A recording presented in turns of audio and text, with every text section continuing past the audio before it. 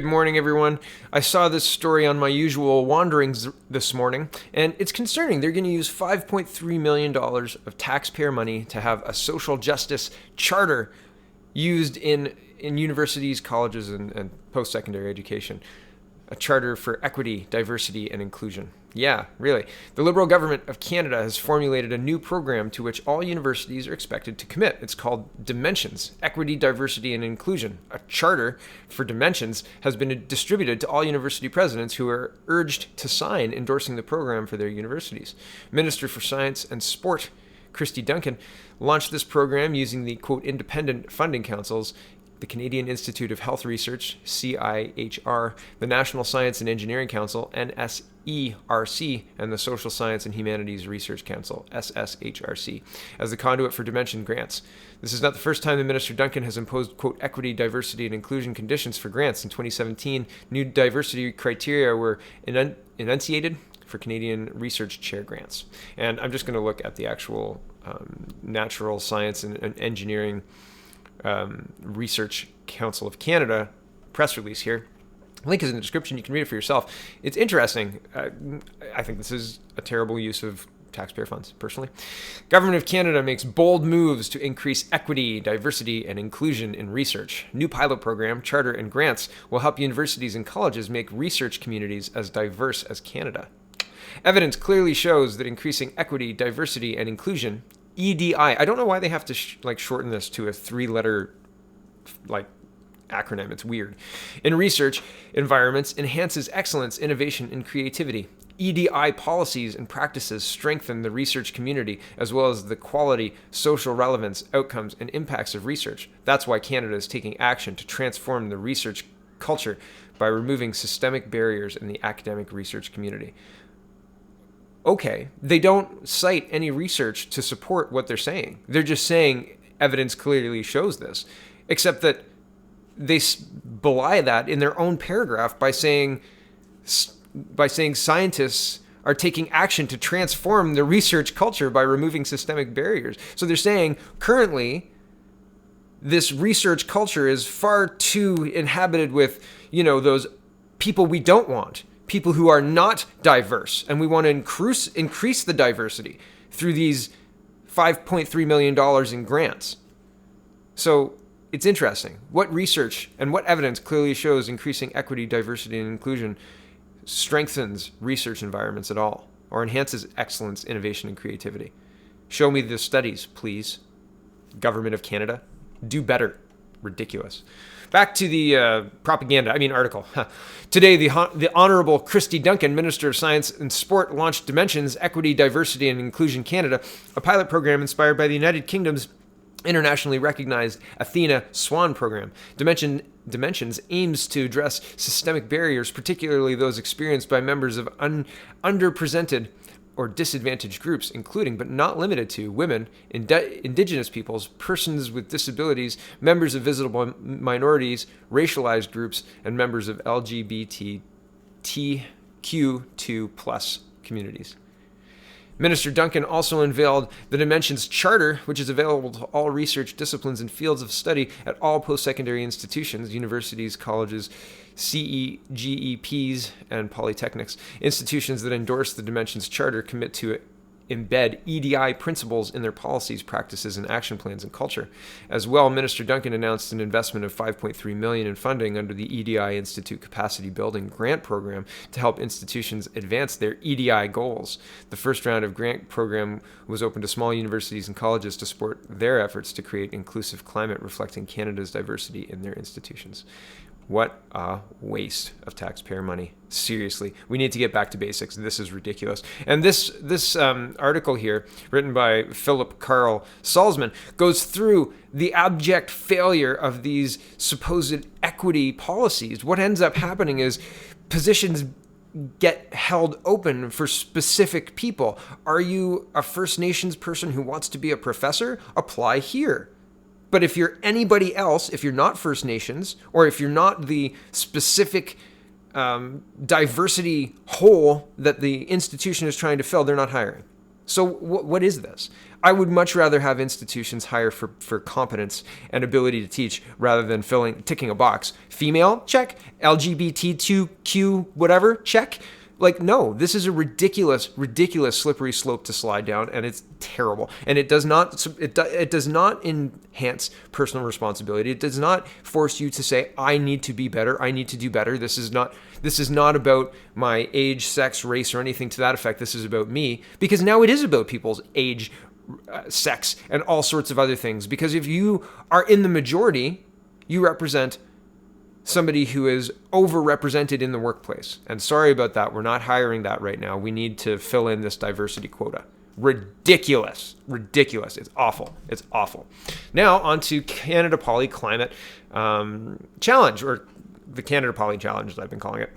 So I've had a bunch of people share data with me. This is interesting. This is almost 120 years of data. Okay, we've got some low lows, we've got some high highs, but we don't have a marching trend. Not anywhere that I can see. And certainly I'm going to show you there are some places that look a little warm in the last couple of years, but it's not a trend. It's not like, oh yeah, you hit 1980 and you see, up, and you hit 1985 or 2005 and up further. And 2010 when things are really crazy, it doesn't do that. It's not doing that. It's not happening.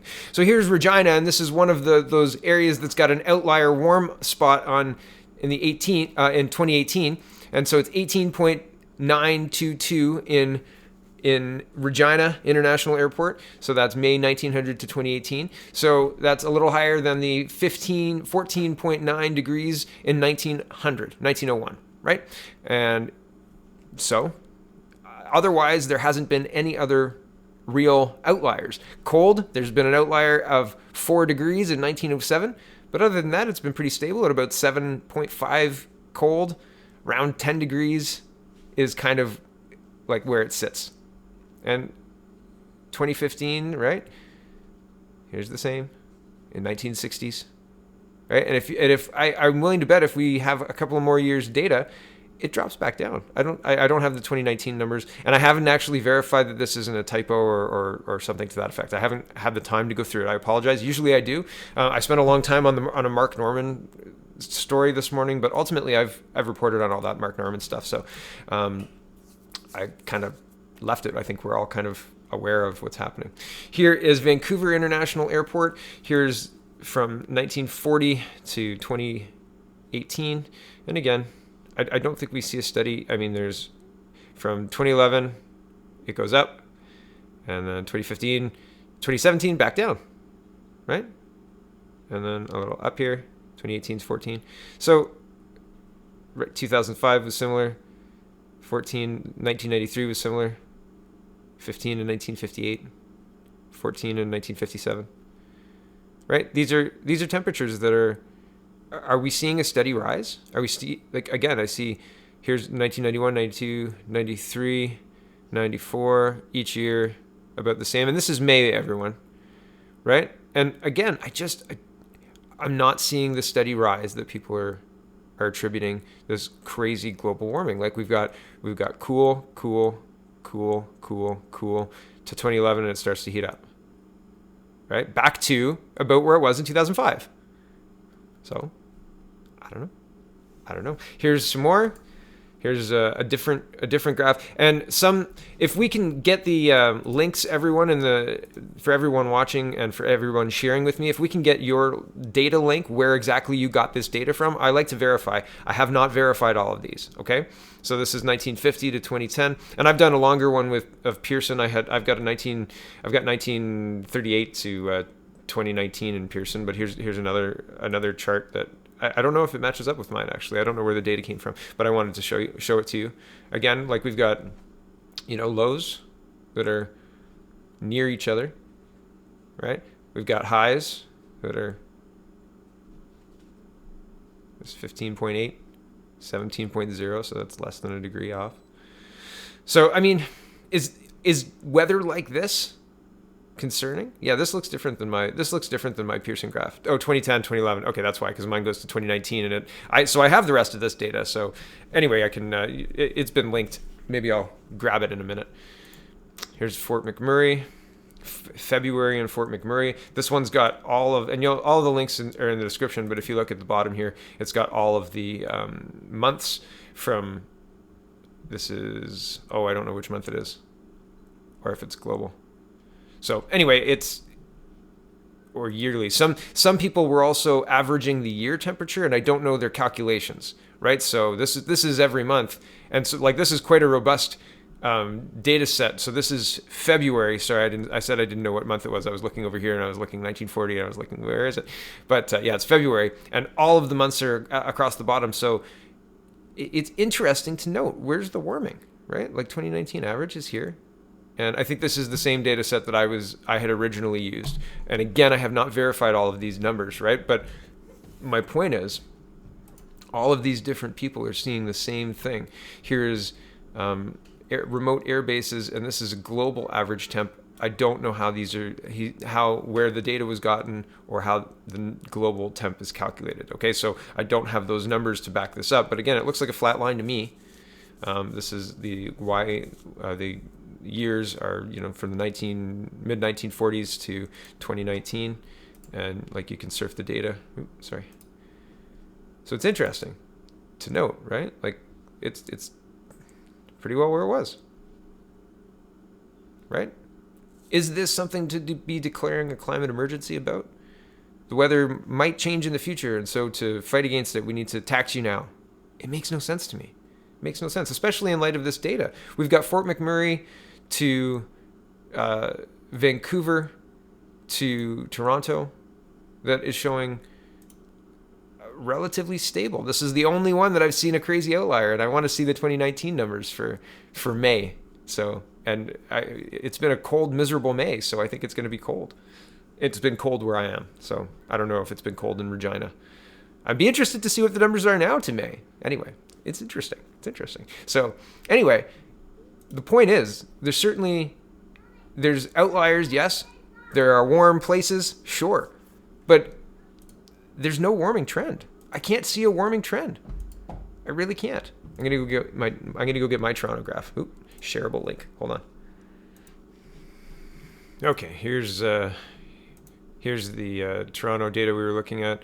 Here's the big jump up, and then the slow build back up to the 15 there, and that ends at 2013, and I'll show you the rest of it. So see that there's the big jump up, and then here's the build back up, and then where's it? 26, 2010, 12, 13, where's 13?